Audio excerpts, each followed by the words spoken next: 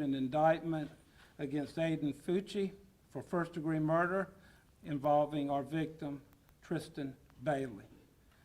Once the grand jury had done the indictment, we did a transfer order, which I believe some of the folks in the media had already gotten a hold of, transferring the case from juvenile court to adult court. The indictment is the triggering document which signals and executes the move into the adult court system. So Aiden Fucci will be tried as an adult in St. Johns County for first-degree murder. Now, Aiden was initially charged with second-degree murder. The indictment is for first-degree premeditated murder. Now, some folks have asked us why, or wanted to know why we would charge premeditated murder, and also why we would choose to seek adult sanctions on Aiden, who is a 14-year-old boy. Well, we're going to talk about both of those together to give you an idea of why the decision was made to charge him as an adult, and why we believe first-degree premeditated murder is the appropriate charge.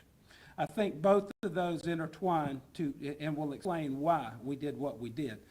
First off, I want to tell you, it brings me no pleasure to be charging a 14-year-old as an adult with first-degree murder.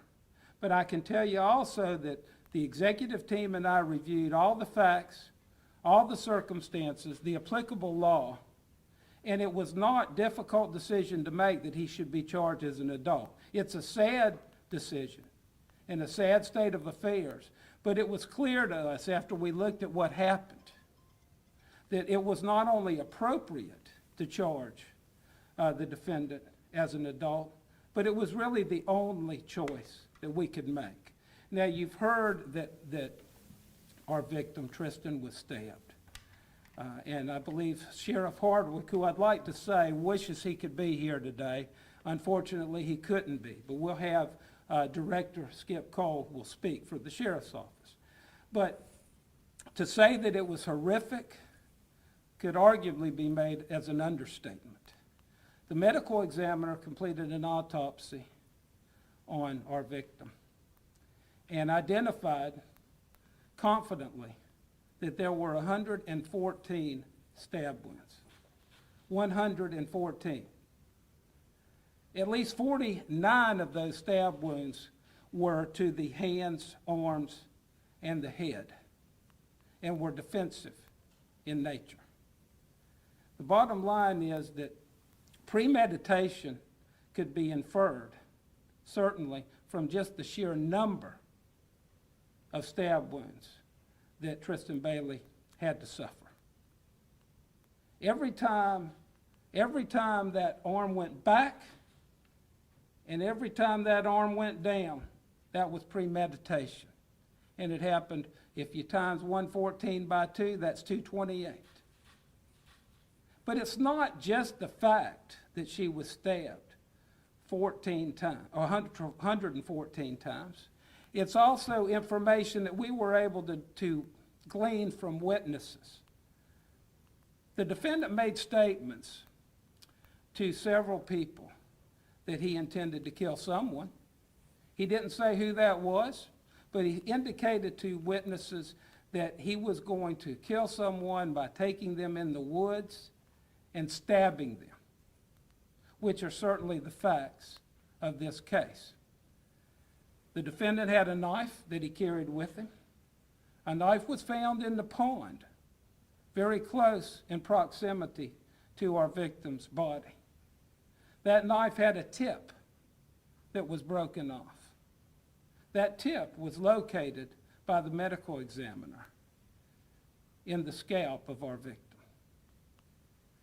The statements that the defendant made to his friends made it clear that he was considering a homicide. And I got to tell you this, it's disturbing and concerning that those statements were not, let's say, adequately or appropriately, or not taken seriously by the folks that heard them. I'm not saying that this could have been avoided, but I'm saying that it was never reported beforehand. Now, as we move forward in this case, and we continue to develop the case, we will continue to develop more evidence. Not only do we have the knife, which was identified by witnesses as they say it's his knife. It's consistent, as the medical examiner says, with the wounds that were found on Tristyn's body. And it's also the description and the hilt and the wounds themselves match up per the medical examiner. Not only that, we also have DNA evidence that we have developed regarding this case. There is the defendant's DNA on the body of the victim. And there is the victim's DNA on the knife blade, on shoes that belonged to the defendant that were found in his bedroom, on a T-shirt that was found in the defendant's bedroom. And there's additional items that we are looking at now that have been sent to the FDLE lab for confirmation of blood and DNA analysis. I just want to say that I hope parents will learn something from this vicious and brutal murder. And that is that you need to know what your kids are doing and what they're saying. Because while we might not be able to stop these brutal and vicious murders from happening, we ought to at least try. And sometimes parents might be reluctant to dig into what their kids are doing. For those of you who have kids, you know that when you start wondering and asking and investigating what they're doing, you have a battle on your hands. But it's a battle worth fighting. So I hope that parents will realize that teenagers are capable of things we have never imagined they could be. And this case is an example of that. What I'd like to do now is invite Director Skip Cole, the Director of Criminal Investigations for the St. Johns County Sheriff's Office, to say a few words. Thank you. It's difficult to hear all that. Okay, my name's Howard Cole. I'm the Director of the Criminal Investigations Division. I'm here today representing Sheriff Hardwick and all the men and women of the St. Johns County Sheriff's Office. To begin, we fully support the grand jury indictment, which we all know represents only the first step in this very long and difficult process. We remain confident in the strength and thoroughness of our investigation, and we will be fully prepared to present all the facts and evidence to a jury at the appropriate time.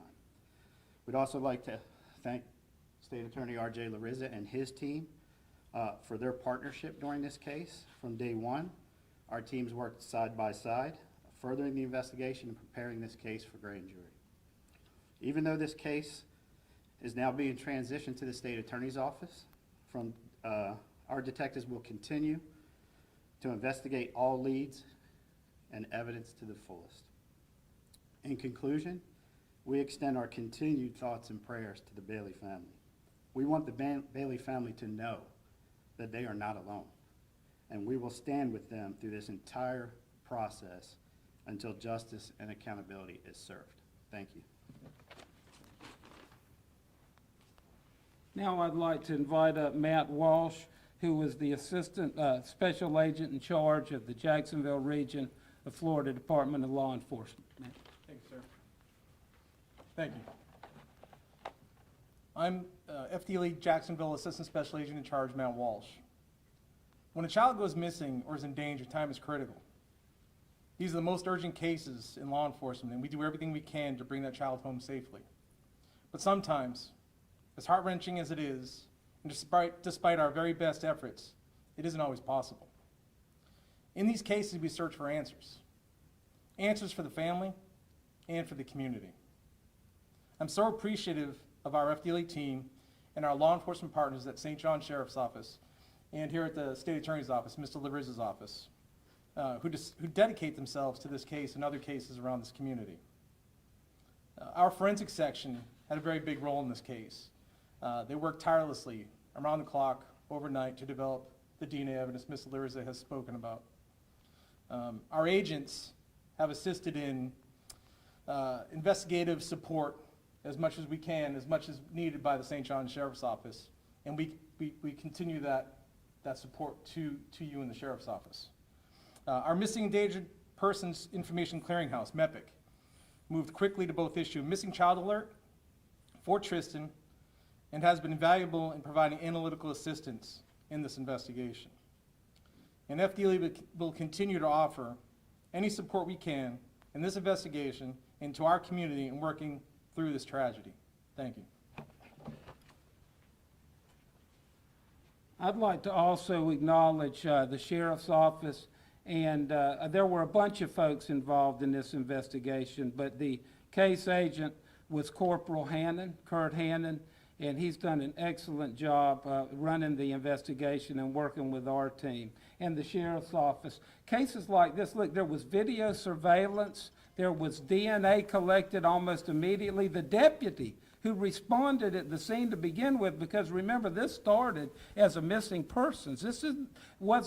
Nobody knew what we really had for a while, but if it weren't for that deputy that responded, it could have been a lot longer before we actually were able to figure out exactly what we were dealing with here. And FDLE, folks, you know, testing DNA takes time. I mean, usually it could take months to get the DNA results back. But FDLE stepped up and said, we will process this evidence immediately for you. And I can't thank Matt and his crew enough, the folks at the lab, for doing that. I mean, it truly made a difference in how quickly we could get this investigation over. Also, I'd like to say, and this is really involving the Bailey family. I've met with them twice. They are wonderful, courageous, strong people, and I'll tell you, they're going to need all the courage and strength they can as we go through this process. You know, the juvenile system is not equipped for cases like this. The juvenile system, the maximum time that the defendant could spend in the juvenile system would be 21 till he's 21, and he'll be 15 this year. That is not adequate. That is not adequate or appropriate for what happened here. Additionally, the family has been receiving or has been made aware of comments on social media and threats. I want to tell y'all something. Law enforcement and the state attorney's office will be investigating any and all threats on social media for possible criminal charges. And I want folks to know the family needs your help. They need your support. If you can't give them that, then you should keep your mouth shut. And you shouldn't be using social media as a platform to exploit this terrible and horrific crime that we are now prosecuting. We should all be sad about what happened, and we should all be prepared to stand up and stand with the Bailey family as we work our way through this process. Because I'm telling you, folks, the criminal justice process is not friendly to victims and their families. It is a difficult process to go through, and the Bailey family is going to be going through it for years. So please keep that in mind. You folks out there who want to support the Bailey family, please do. Those of you who don't, be careful.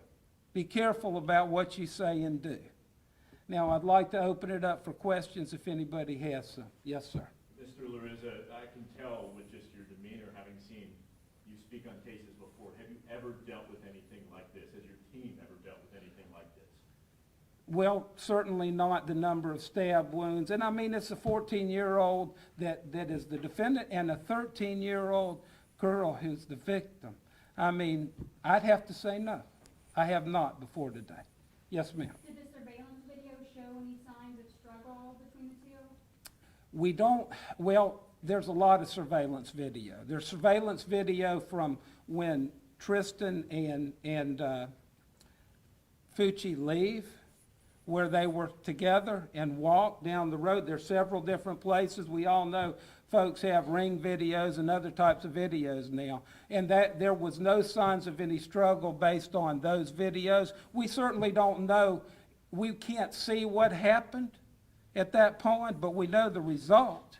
So there certainly was a struggle. There were defensive wounds on this poor young lady. And she was fighting for her life. And it's just sad that we even have to talk about that. Yes, ma'am. Any indication at this point in your investigation with whether Mr. Fucci may have been suffering from mental health conditions or was seeing a counselor for those kinds of issues? No. No. Yes, Sir. yes, ma'am. The police report that was just released said that Fucci struck Tristyn. Did he admit to stabbing her? We're not going to talk about any confessions, if there were any. But what I can tell you is that there are no statements that I'm aware of made by the defendant where he confesses to the crime. Okay? You know what led up to them getting together that night? Was he texting her, asking to hang out? Were they having any arguments at all? These kids, you know, they're teenagers, and they have their groups, and they hang out. And so it was started out as just a few kids getting together and hanging out. But it didn't end that way. Yes, sir. Sir, was this a thrill kill? Was it sexual in nature? I mean, there's so many theories out there. Has your office and have detectives with St. Johns County and FDLE found a motive here? We're still working and investigating this case, and those details I'm not prepared to discuss at this time. Yes, On the ma'am. heels of that, any signs of evidence of sexual assault in the autopsy? We're not going to discuss details of that at this time either. Yes, ma'am. What kind of pressure did you feel from the community to charge him as an adult? I know you guys got a lot of calls and emails. How many did you get? I don't know, and no, I didn't feel any pressure at all. This is my job, to make these decisions along with the executive team. And while we're sad and we certainly take no pleasure in it, this is our duty. And we looked at the facts, we looked at the law, and I got to tell you, and the circumstances of the offense, there was no other alternative. The juvenile system is geared for kids maybe with drug issues or that commit nonviolent crime. When you get kids that get to this level of violence, the time and the accountability is not there, and the programs it's just not there. The adult system is where this case belongs. Yes, ma'am. Was she tied up or restrained in any way? We don't have evidence of any of that. The investigation is ongoing, but no, we have no evidence of that. Yes, sir. What about the other teens? You obviously showed your disdain for their actions for having known about these homicidal statements that he made. Could they face any charges, any punishment, any kind of accountability here? Well, first off, I don't consider it disdain. Disappointment.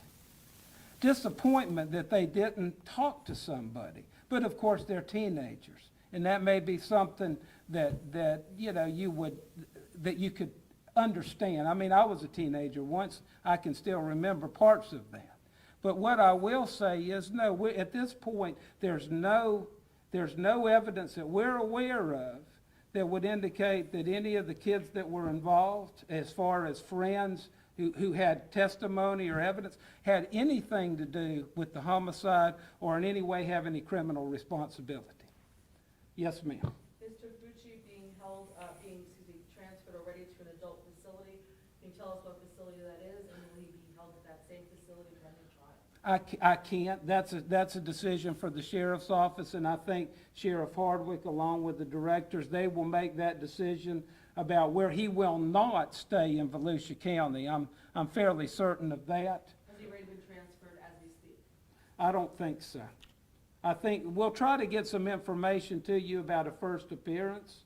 I think we will have that for you, maybe even as early as this afternoon, so that if you would like to try and attend or zoom into it, that you could do that. Yes, ma'am. So will he not be coming to St. Johns County? He might go somewhere else? At this point, that's still being determined. What we'll do is we'll find out where he's going to be and when, and we'll let you know. We'll notify you. Okay?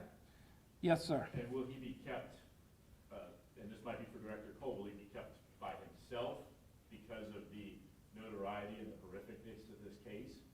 Juveniles are kept separately, typically from adults, even in adult county and state facilities, so that they have protocols for that. And if he's held in the St. Johns County Jail, they have their protocols. If he's held in another facility, not run by the sheriff's office. They'll have their protocols, but he will be separated. Yes, ma'am.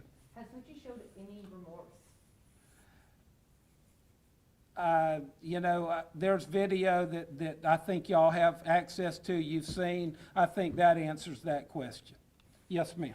Do you believe that life in prison without the possibility of parole is appropriate sentence for this? Well, first off, let me say I think it would be, but that's not the case for the defendant. He could receive a life sentence. He could receive less because of the Graham Miller decisions from the United States Supreme Court saying that it would be cruel and unusual punishment to have a minor sentenced to life without the possibility of parole. The irony there is, what about what happened to Tristyn? Would you consider that cruel? I certainly would. But the bottom line is that he will be eligible for, if he got a life sentence, that's the first if, he would be eligible for a review at 25 years. And at that point, a judge could decide either to reduce his sentence, leave it the same, or release him. But he will get the benefit of a generous consideration or accommodation simply because he was not 18 years old at the time. Yes, ma'am. Is there any indication that he was under the influence at the time of the crime? I don't believe so. Yes, ma'am. Will there be another first appearance? If so, when? There will be a first appearance. Not sure when, probably tomorrow, but what I said is we will get you that information. I'll ask Mr. Shorstein, our PIO, to make sure all of you are notified so that if you want to be there or at least zoom in that you can, okay? Yes, sir. Mr. Larissa, if this case were to go to trial, could it be tried here, in your opinion, here in St. Johns County? Well, I don't know. We'll just have to wait and see. The attempt is always made to try it in the jurisdiction where the crime occurred. And the judge makes the ultimate determination about whether or not to transfer venue. The defense may ask for a change of venue, but typically in my experience, the judge will attempt to do it in the jurisdiction where it occurred first. And if that doesn't work, then pick another jurisdiction. Yes, ma'am. Yeah. You said that these were kids hanging out. Do we have any indication that they were linked romantically in some way, either before that night or as of that night? We're continuing the investigation, not prepared to really talk about that today.